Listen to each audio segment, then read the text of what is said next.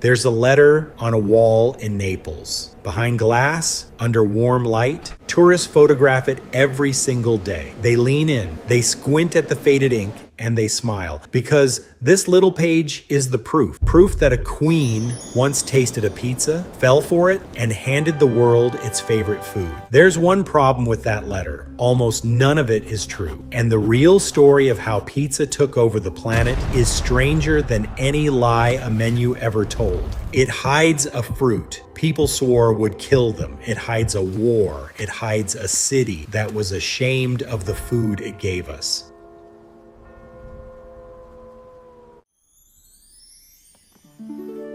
Here's the version you've heard. The year is 1889. A pizza maker in Naples named Raphael Esposito gets called on to bake for royalty. Queen Margherita of Savoy is passing through the city. She's tired of stiff French palace food. She wants to taste what the common people eat down in the streets. So Esposito bakes her 3 pizzas, one with lard, one with tiny fish, and one with red tomato, white mozzarella, and green basil, the 3 colors of Italy's brand new flag. The queen loves the third one most. To thank him, the palace sends a letter dated June 11th, 1889, signed by the head of the royal household, a man named Camillo Galli. Esposito names the pizza in her honor. Margherita, a humble baker, a patriotic queen, a dish born to celebrate a nation. It's a perfect story. It sits on menus and plaques and postcards all over the world, and it's fake. Nearly all of it. What nobody knew at the time is that this letter falls apart the moment you look closely. The royal seal on it is a rubber stamp, not the pressed seal a palace would use. The handwriting doesn't match the official who supposedly signed it. It's addressed to the wrong name, and it never mentions tomato, mozzarella, basil, or the flag at all. I'll lay out the full proof soon. Every crack in it. Hold that thought, because here's the part that should stop you. The most Italian food on the planet was never really Italian to begin with. To find where pizza actually came from, you have to leave Italy completely and go back 3,000 years, long before Rome, long before anyone spoke a word of Italian. Before pizza existed in any language on earth, people were already making the thing it's built on, and it began as the food of the poor and the starving. One word: flatbread. Grind grain into flour, add water, flatten it into a disc, slap it onto a hot stone. That's it. Flat, cheap, fast, filling. If you were poor, and almost everyone was, this kept you breathing. The Greeks baked something they called plakis, a flat bread they'd cover with oil, herbs, onion, and garlic. Persian soldiers, the story goes, baked flatbread right on their metal shields, then melted cheese and dates on top. Maybe that one's real. Maybe it's just a good campfire tale. The pattern shows up everywhere in the ancient world. Bread as the plate, whatever costs the least on top. So sit with this. For most of human history, pizza wasn't a recipe. It was a survival habit, shared by dozens of cultures who never met. In 2023, archaeologists were digging through the ash of Pompeii, the city Vesuvius buried in 79 AD. They found a painting on a wall, and everyone who saw it blurted out the same 2 words. That's a pizza. A round flatbread on a silver tray, topped with fruit and a green paste that looked like early pesto. It went viral overnight. Only it wasn't pizza. It couldn't, because the one ingredient that turns flatbread into pizza wouldn't reach Europe for another 1,500 years. And when it did, people were convinced a single bite could kill them. But before we get to that fruit, there's a mystery in the name, because the first time the word pizza ever appears in writing, it's not on a menu, it's on a bill.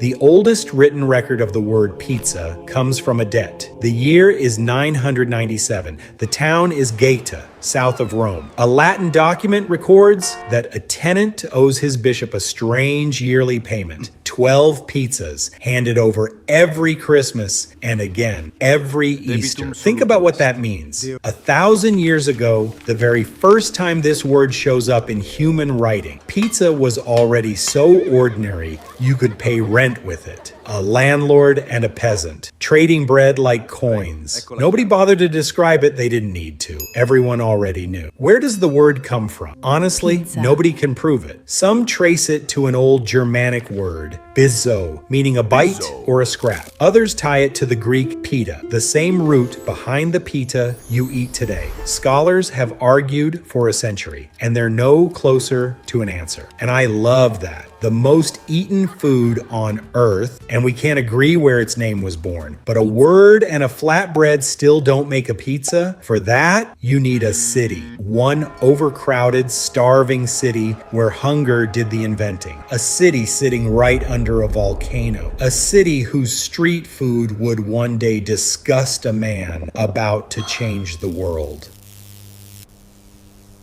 By the 1700s, Naples had grown into one of the biggest cities in Europe and one of the poorest. Hundreds of thousands of people crammed into narrow streets. Most lived hand to mouth. No kitchen, no money, no time. They had a name, these street poor of Naples, the Lazzaroni. They needed food that solved three problems at once. It had to be cheap, it had to be fast, and you had to be able to eat it standing up with your hands in the middle of a working day. Sitting down to a meal was a luxury most of them never got. Flatbread solved all three. Vendors baked it at dawn and sold it folded in the street, still hot, sometimes carried through the alleys in a little tin box called a stufa. On top went whatever cost, close to nothing. A smear of lard, a little garlic, a scatter of cheese, sometimes whitebait, the fish too small to sell. One of the oldest pizzas we know by name was Masta Nicola. No tomato at all, just lard, sharp sheep's cheese, and a few basil leaves. That was dinner for people who often didn't know if they'd eat the next day. Pizza wasn't a treat back then. It was what you ate when there was nothing else, and the rich were revolted by it. An American passed through Naples in the 1830s and wrote home about this bizarre street food. His name, by the way, was Samuel Morse. Yes, that's Samuel Morse, the man about to invent the code that carried messages across the world. He called pizza nauseating. He said it looked like bread taken reeking out of the sewer. Think about that for a second. The single most ordered dish on the planet today once made a future genius gag just by sitting there on a plate. So how does a food the rich won't touch end up ruling the globe? Naples needed one last ingredient, a red one. And it arrived carrying a reputation for murder.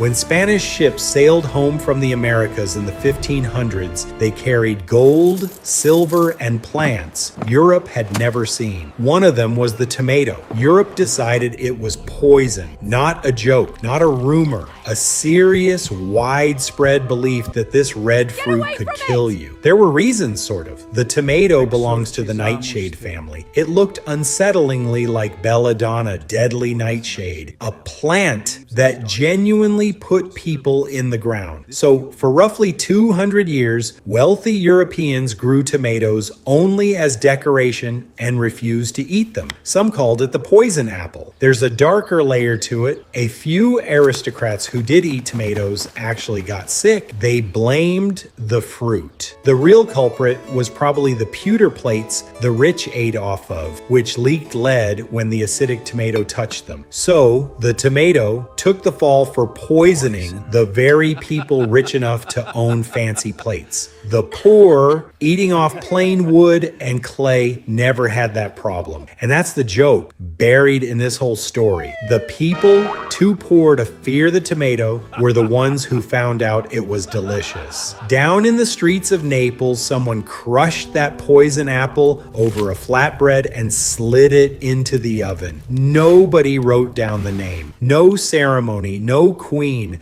just a hungry cook using the cheapest thing on the shelf, quietly inventing a flavor half the planet now craves. The tomato didn't just get added to pizza. The tomato is what turned an ancient flatbread into the pizza you'd recognize today. Which drags us right back to that queen and that letter. Remember the loop I opened at the start? This is where it pays off.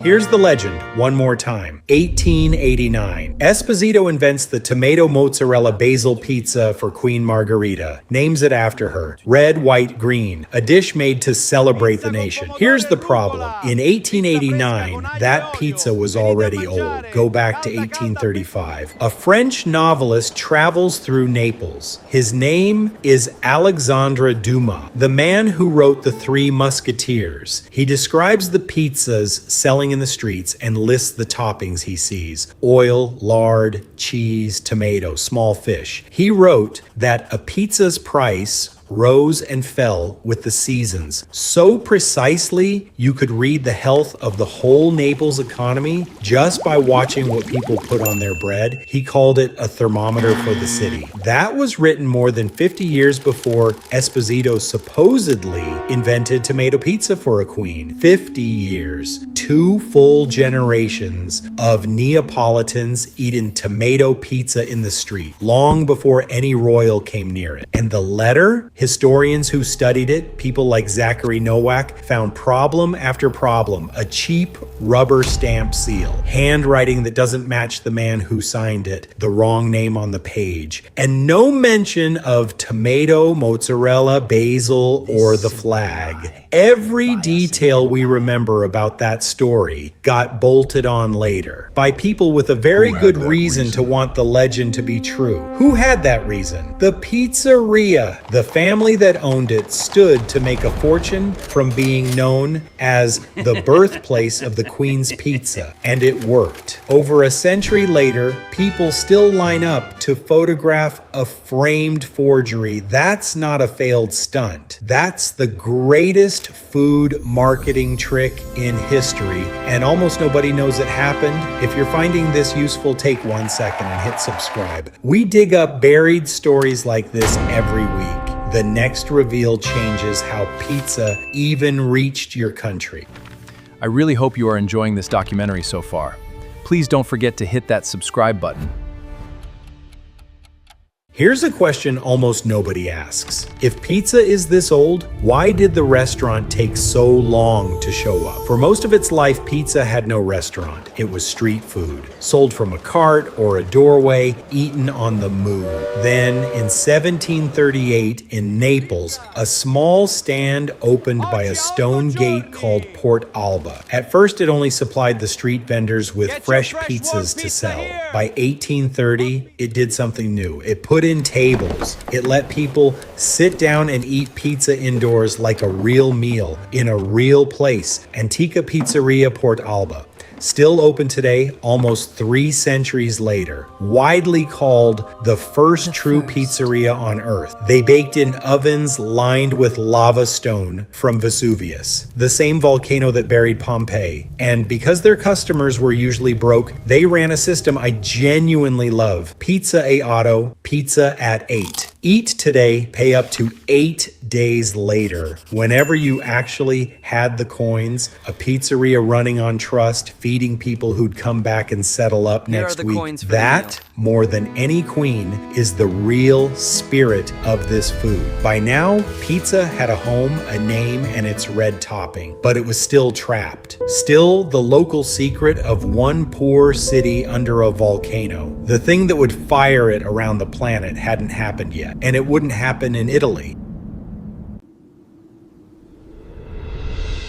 Between the 1880s and the 1920s, millions of Southern Italians packed up everything they owned and sailed for America. Many came from the streets around Naples. They were poor, they were fleeing hunger, and they carried in their hands and their memory the recipe of home. In the crowded Italian districts of New York, New Haven, Boston, and Chicago, women baked that flatbread in their own kitchens. At first, only other Italians ate it. To everyone else, it was strange foreign food from strange foreign people. The same dish Naples once mocked as sewer bread, a new country now sneered at again. History rhyming, one ocean over. In 1905, in Manhattan, a man named Gennaro Lombardi got a license to sell pizza. Lombardi's on Spring Street, remembered as the first licensed pizzeria in the United States. They sold tomato pies, folded in paper, cheap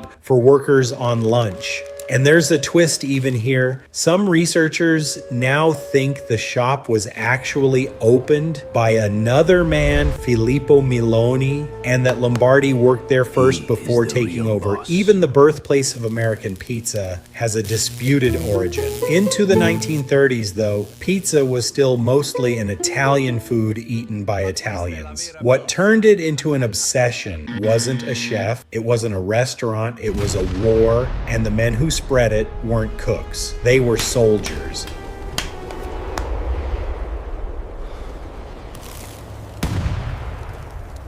In 1943, Allied soldiers landed in southern Italy and fought their way up the country. Vast numbers of young American men, most of whom had never tasted anything like it, ended up in and around Naples. Local families had almost nothing. They shared their food anyway. And these soldiers ate real pizza in the place it was born for the first time in their lives. Then the war ended. They went home. And they wanted it again. You can actually measure the craving. In the years after the war, American imports of oregano, the herb you smell in pizza sauce, jumped by roughly 5,000%. That's not a typo. 5,000% in about a decade. The timing lined up with a small invention, a gas-fired pizza oven built in the mid-1940s that needed no wood fire and no bricklayer. Now almost anyone could open a pizza shop on a street corner, and they did by the thousands. Then the machine roared. Shakey's in 1954, Pizza Hut in 1958, Little Caesars in 1959, Domino's in 1960. In 6 years, pizza went from an immigrant food most Americans had never tried to a national industry with a delivery box and a phone number. From there, it went everywhere. Tokyo, Delhi, Sao Paulo, Lagos, and it kept going to places nobody would ever expect.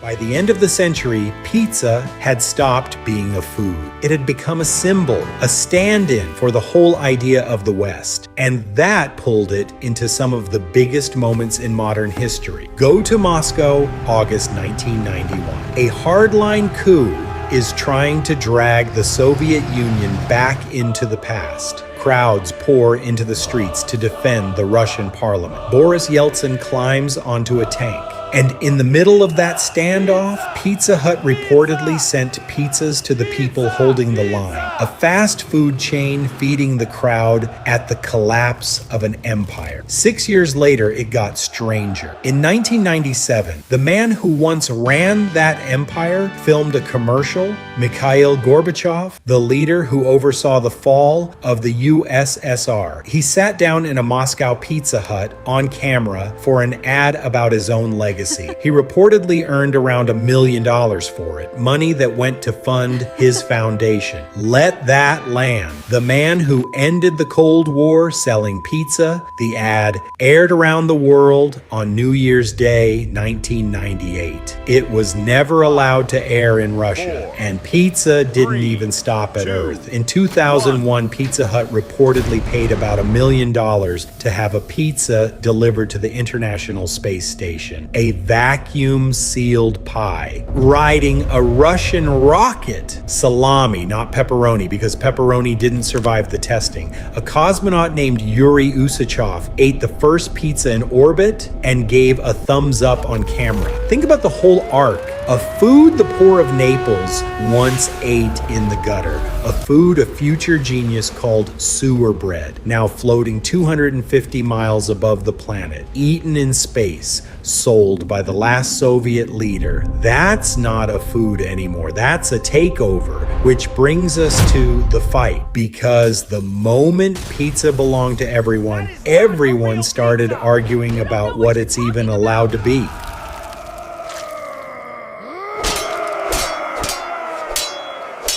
People are strange about pizza. Deeply, passionately, hilariously strange. And the closer you get to where it was born, the stronger the opinions get. In Naples, there's an actual organization with actual rules for what counts as true Neapolitan pizza: the dough, the oven temperature, the width of the pie. Break the rules, and it is, in their eyes, simply not pizza. Meanwhile, in Rome, they laugh at that soft crust and make theirs thin and cracker crisp. Fly to America and the fights multiply. New Yorkers fold their wide, floppy slices in half and eat them walking. People in Chicago build a pie so deep that others swear it's a casserole wearing a pizza costume. And then there's the pineapple. Few things on earth start more arguments than pineapple on a pizza. Here's a fact that should end 1 and start 10. Hawaiian pizza wasn't invented in Hawaii. It wasn't invented in Italy. It was invented in Canada in 1962 by a Greek immigrant named Sam Panopoulos, who dropped canned pineapple on a pie just to see what would happen. A Greek man in Canada naming his creation after a fruit from South America, calling it Hawaiian. And no, I'm not making that up. Italians will argue for hours about whether you're allowed to eat pizza with a fork, about whether cream belongs anywhere near it, about the exact width the crust should be. Like their honor depends on it. The passion is real and it runs deep, but step back from the shouting and something funny comes into focus. Every person in that fight is defending a food stitched together from other people's ideas. Look at what pizza actually is when you lay it out on the counter. The flatbread came from the ancient Mediterranean, from Greeks and Egyptians and Persians who never heard the word Italy. The oven tradition runs back through Roman focaccia, the hearth bread whose name means fire. The tomato sailed in from the mountains of the Americas, feared as poison for 2 centuries. The mozzarella came from the milk of water buffalo, animals brought to Italy from far to the east. Now picture what grew out of all that borrowing. The blistered, soft, folding disc of a true Neapolitan pizza, charred in seconds against a lava stone oven. The thin snap of a Roman pie eaten by the square in a paper wrapper. The wide New York slice, glistening and huge, folded in one hand on a freezing sidewalk. The deep golden wall of a Chicago pie, cut like a cake, eaten with a fork. The marinara of the old fishermen's wives. No cheese at all. Just tomato, garlic, oregano, and the smell of the sea. Every region, every city, every family, its own version. All of them dead certain theirs is the real one. All of them holding a food that belongs to no single country on earth. Let's finally answer the question this whole video has been circling. Who invented pizza? It wasn't a queen. We know that now. It wasn't Raphael Esposito, whose famous letter is a forgery. It wasn't Naples alone, or Rome, or America. It wasn't any one person clever enough to be remembered. Pizza is not a single invention by a single civilization. It's a collaboration that took 3,000 years, 3 continents, and more hungry, nameless cooks than we could ever count. Greeks who flattened the bread, Romans who named the fire, frightened farmers who finally trusted a fruit everyone swore was poison, poor Neapolitans who put it all together because they had nothing else, immigrants who carried it across an ocean, soldiers who fell for it in the middle of a war. Nobody owns pizza. Everybody built it. And maybe that's the most Italian thing about it. Because if there's one thing Naples proved,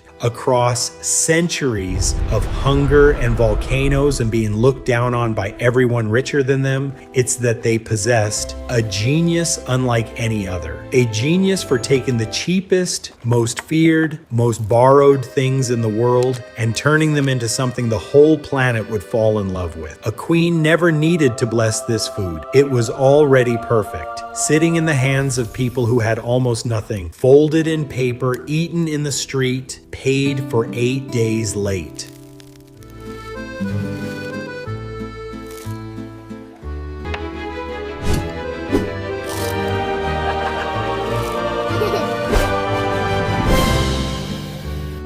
I want to hear from you now. Drop your thoughts in the comment section down below. I'll see you there. Subscribe, drop a comment, and I'll see you in the next one.